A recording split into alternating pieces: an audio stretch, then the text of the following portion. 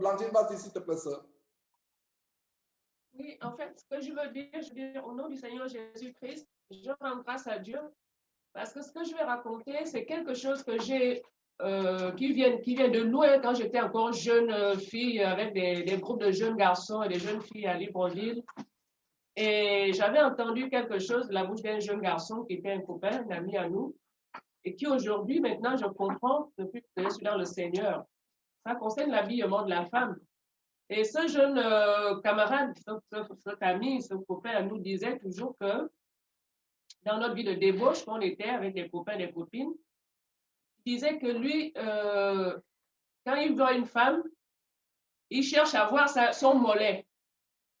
Donc, c'est son mollet, c'est le mollet par le mollet qu'il est séduit par la femme. Il n'a même pas besoin de voir son visage. Lui, il aime le mollet qui, comme des petites bouteilles de Perrier. Quand il voit une femme avec le mollet comme une bouteille de Perrier, là, lui, ça, c'est tout son état, c'est ça la femme qu'il veut. Donc, il n'a pas besoin de regarder autre chose sur la femme. Et ça, c'est resté en moi, ça, c'est vraiment depuis j'étais encore jeune adolescente à Libreville, avec des groupes de copains à la plage et tout ça, on partait. Mais il disait ça, on rigolait, on parlait des choses impures avec tout autour de ça, cette parole-là, ça nous faisait, on trouvait ça bizarre, drôle.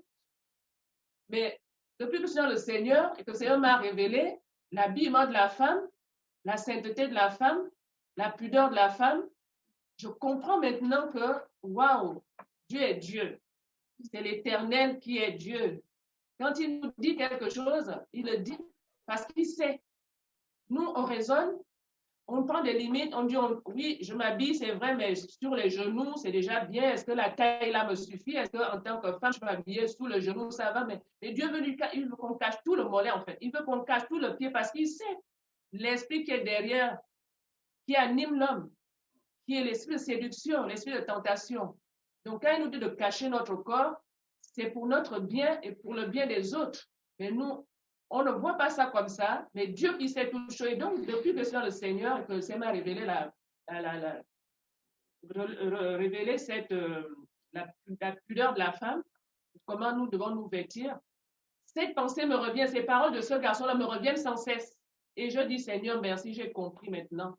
Parce que c'est ce que je voulais raconter ça pour vraiment nous édifier, si ça peut nous édifier encore, de nous sanctifier encore plus. Amen, au nom de Jésus-Christ.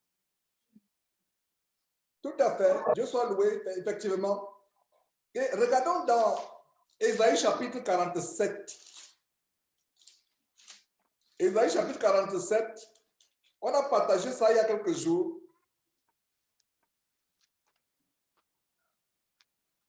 À partir du verset 1, très bonne intervention. C'est vraiment à travers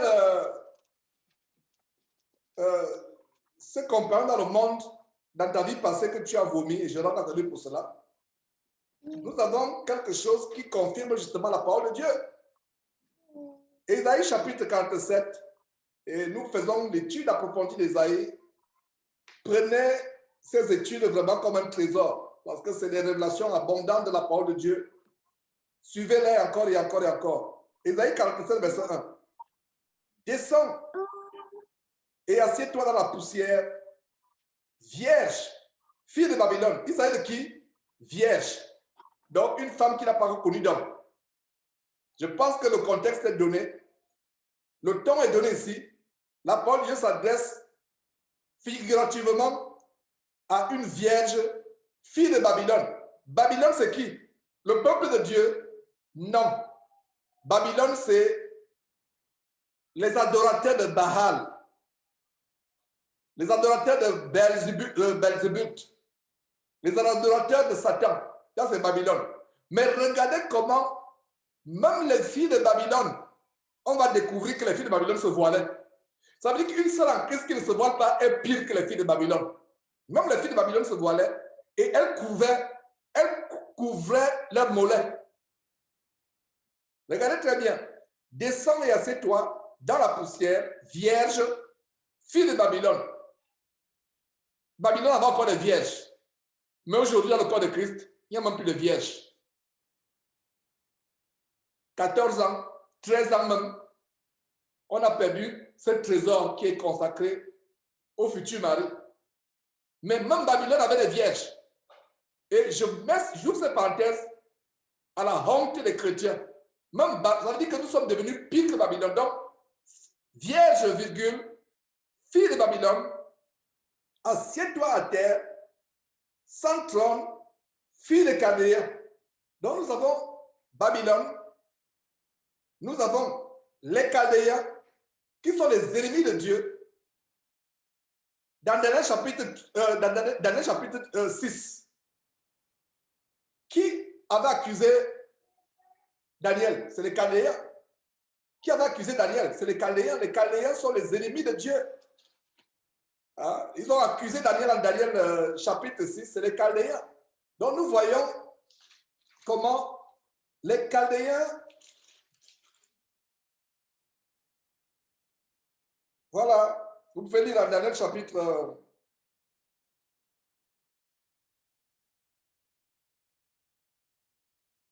vous pouvez lire en Daniel chapitre 6. Donc ce sont les Chaldéens qui accusent qui accusent Daniel, qui faisait partie du peuple justement de Babylone. Babylone à l'époque, c'était un royaume comme le royaume comme la Rome. Alors, il a dit quoi? Retournons à Ésaïe chapitre 47. Donc, il y a deux filles qui sont mentionnées ici. Fille de Babylone qui est vierge, assieds-toi à terre sans trône. Ensuite, il y a quoi? Fille de Chaldéens. Il y a une relation étroite entre les Chaldéens et Babylone, le même Dieu. Et le verset 2 dit, prends les meules et moule de la farine, ôte ton voile. Dans ma Bible, j'ai encerclé ôte ton voile. Ça veut dire que même les filles de Chaldéens et les filles de Babylone se voilaient. Est-ce que quelqu'un peut ôter ce qu'il n'a pas? Regardez un peu. Regardez ceci. Ôte ton voile. Ôte ton voile. Voilà. Donc, ça veut dire que les filles de Chaldéens se voilaient. Les filles de Babylone se voilaient. Les chrétiens aujourd'hui ne se voilent pas. Honte à vous, chrétiens, qui ne vous voilez pas. Les filles de Babylone et de Chaldéens sont vierges. Mais aujourd'hui, il n'y a plus de filles vierges. Excepté dans la famille des chrétiens qui veulent vraiment plaire à Dieu. Et même, c'est rare. Qu'est-ce qu'on voit dans le verset 2? Ôte ton voile, donc ça veut dire qu'elle était voilée. Peux-tu ôter ce que tu n'as pas? Donc elle était voilée. Enlève les pans de ta robe. Enlève les pans de ta robe. Découvre tes jambes. Découvre quoi? Tes jambes. Voilà de quoi Blandine, ce jeune homme, parlait à l'époque, sans savoir. Il y a des sœurs qui pensent que je ne peux pas bien, même si mes jambes sont couvertes. Et la jambe, c'est quoi? De la partie de la hanche au genou, on appelle ça la cuisse. Ça, c'est la cuisse. De la hanche au genou, c'est la cuisse. Maintenant, comment appelle-t-on la partie du genou jusqu'à la cheville? C'est la jambe, le mollet. C'est ça la jambe. Tout ça, ça fait partie de la jambe. La jambe. D'autres aussi peuvent dire que la jambe, c'est peut-être l'intérieur des cuisses. Ce n'est pas faux. Mais la jambe comprend, selon certains, les cuisses et même le mollet. Donc, c'est ça la jambe. Et regardez, relève les pans de ta robe, découvre tes jambes. Ça veut dire que les jambes étaient couvertes. Est-ce que vous voyez un peu? Les jambes étaient couvertes. Couvertes. Et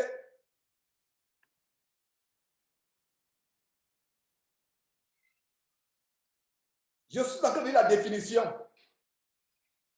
Plus tard taper, je viens de taper. J'ai fait Google. Je viens de taper sur Google. Définition de la jambe sur Google. Je viens de taper. Et qu'est-ce que je lis? Vous pouvez le faire plus tard. Définition de la jambe, c'est quoi? Partie de chacun des membres inférieurs de l'être humain qui s'étend du genou au pied. Exemple, os de la jambe. Voilà. Donc, je n'invente pas. Je viens de lire que la jambe, c'est la partie du genou au pied. Donc, sœur, voilà les Chaldéennes. Voilà les Babyloniennes. 1. Elles étaient vierges. 2. Elles se voilaient. 3. Elles couvraient leurs jambes. Il y a des sœurs qui font l'effort de s'habiller jusqu'aux genoux. Ce n'est pas suffisant. Devant Dieu, tu es pire que les Chaldéennes. Tu es pire que les Babyloniennes. Couvre tes jambes. Couvre tes jambes. Tes jambes doivent être couvertes.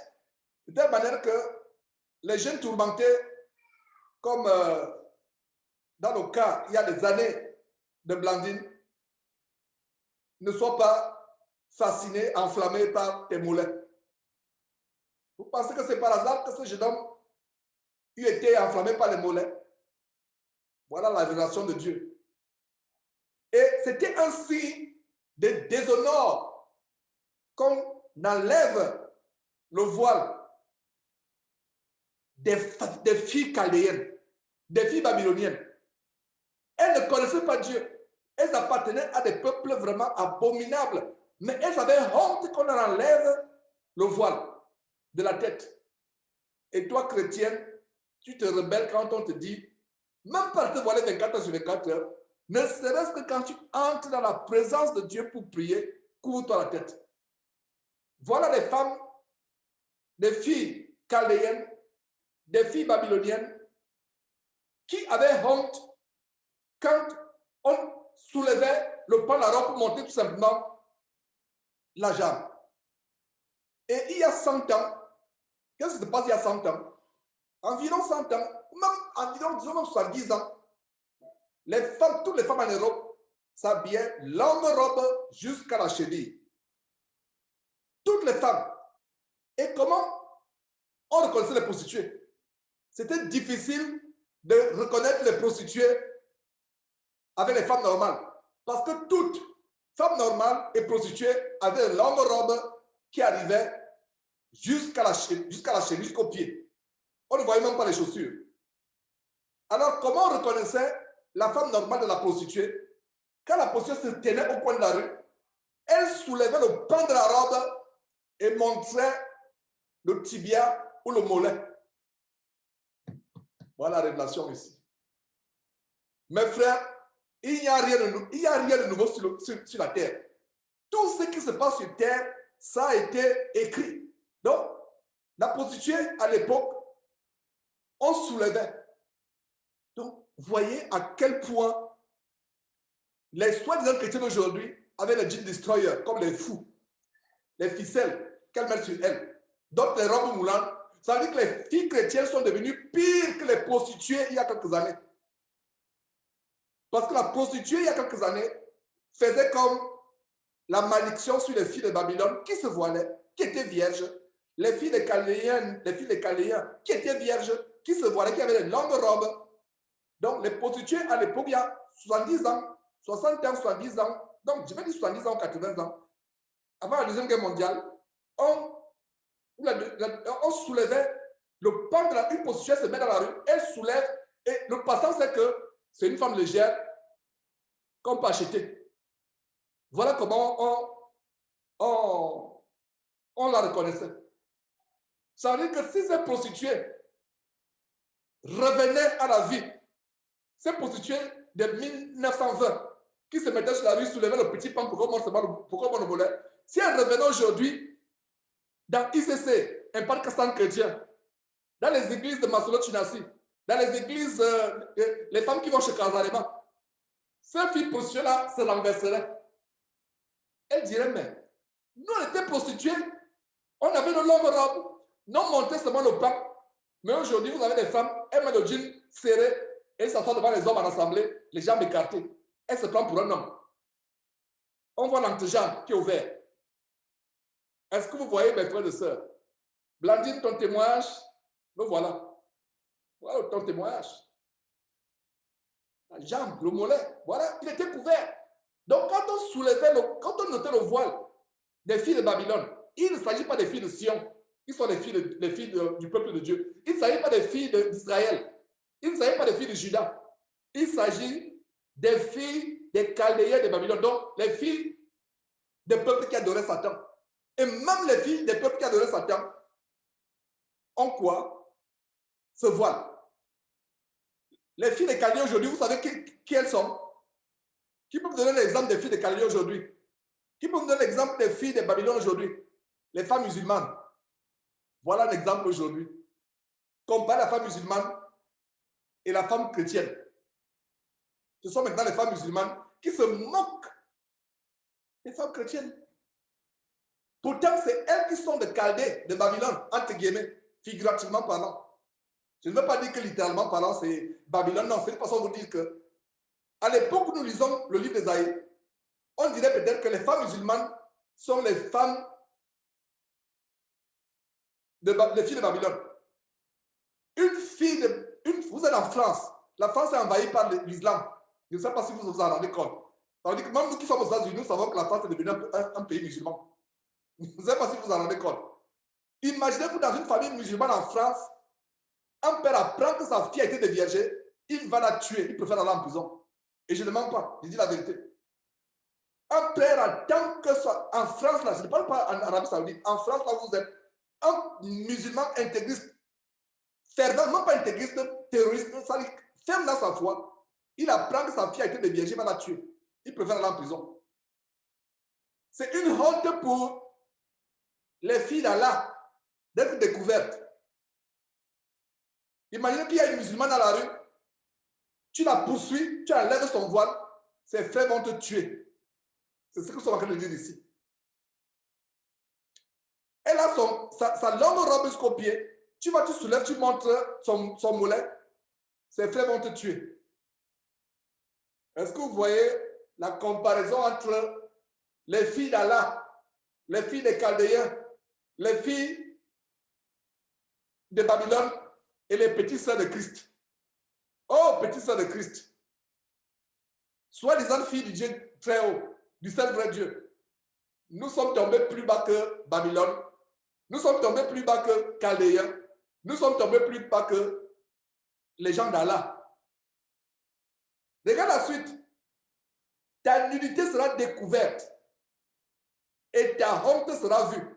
Ça veut dire quoi? Ça veut dire qu'au verset 1, pas le verset, au verset 2, le fait que le voile est ôté, le fait que la jambe est montrée, découverte, ça entraîne quoi? Ta nudité sera découverte et ta honte. Ça veut dire qu'une femme dont on voit la jambe est nue. Une femme qui va devant Dieu qui n'est pas voilée est nue. Ta nudité sera découverte, ta honte sera vue. Voilà la honte. Beaucoup de femmes chrétiennes ne se rendent même pas qu'elles ont honte. Est-ce que vous voyez que ce que nous lisons rejoint le témoignage d'Edmond qui le matin, en se rendant dans cette activité, passe le temps à maintenant baisser. Tu passes le temps maintenant à baisser. Parce que Dieu met en toi que tu es nu. J'espère que vraiment cette exhortation va apporter la délivrance à beaucoup de personnes, du moins celles qui vont suivre cela et changer de vie. Et vous comprenez pourquoi maintenant je suis en guerre contre tous ces nouveaux pasteurs improvisés, Teddy et autres. Tous ces faux pasteurs. Est-ce que vous comprenez maintenant la profondeur? Parce qu'il y a des gens qui me disent, mais Georges, tu en fais trop. Tu es trop radical. Ben, il n'y a rien de mauvais dans ce qu'ils disent. C'est leur opinion. Non, ce n'est pas une opinion. Même les filles de Babylone dépassent nos sœurs en Christ. Même les filles de Chaldéens dépassent nos sœurs en Christ. Même les filles d'Allah dépassent nos sœurs en Christ. En pudeur, en piété. Pourtant, elles n'ont pas de salut. Elles n'ont pas Dieu, sauf si elles se convertissent dans celle de Jésus-Christ. Et le salut est ouvert à tout le monde.